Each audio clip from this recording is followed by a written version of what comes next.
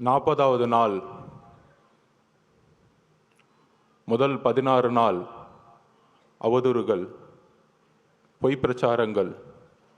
துரோகங்கள், சூழ்ச்சினா என்னன்னே தெரியாத நம்மளுடைய கட்சி 30 வருஷமா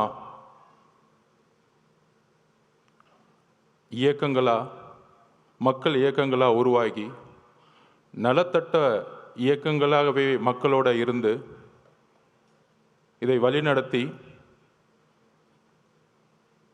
இன்றைக்கு சூழ்ச்சினா என்னன்னு முதல் முறையா கரூர்ல பார்த்து அந்த சூழ்ச்சியை எதிர்கொண்டு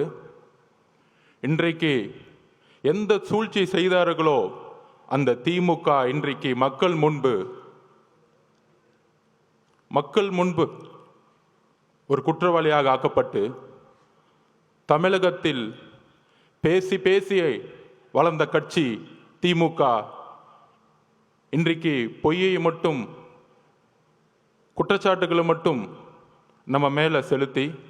நம்ம தலைவர் மேல ஒரு பொய்யான பிரச்சாரங்களை உருவாக்கி, ஆனால் தன்னுடைய அமைதியின் மூலமாக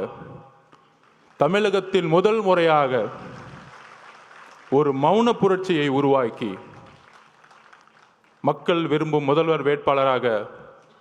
2026 இந்த சூழ்ச்சியை தூக்கி எறியக்கூடிய ஒரே தலைவர் எங்களுடைய தலைவர் அவர்களுக்கு வணக்கத்தை தெரிவித்து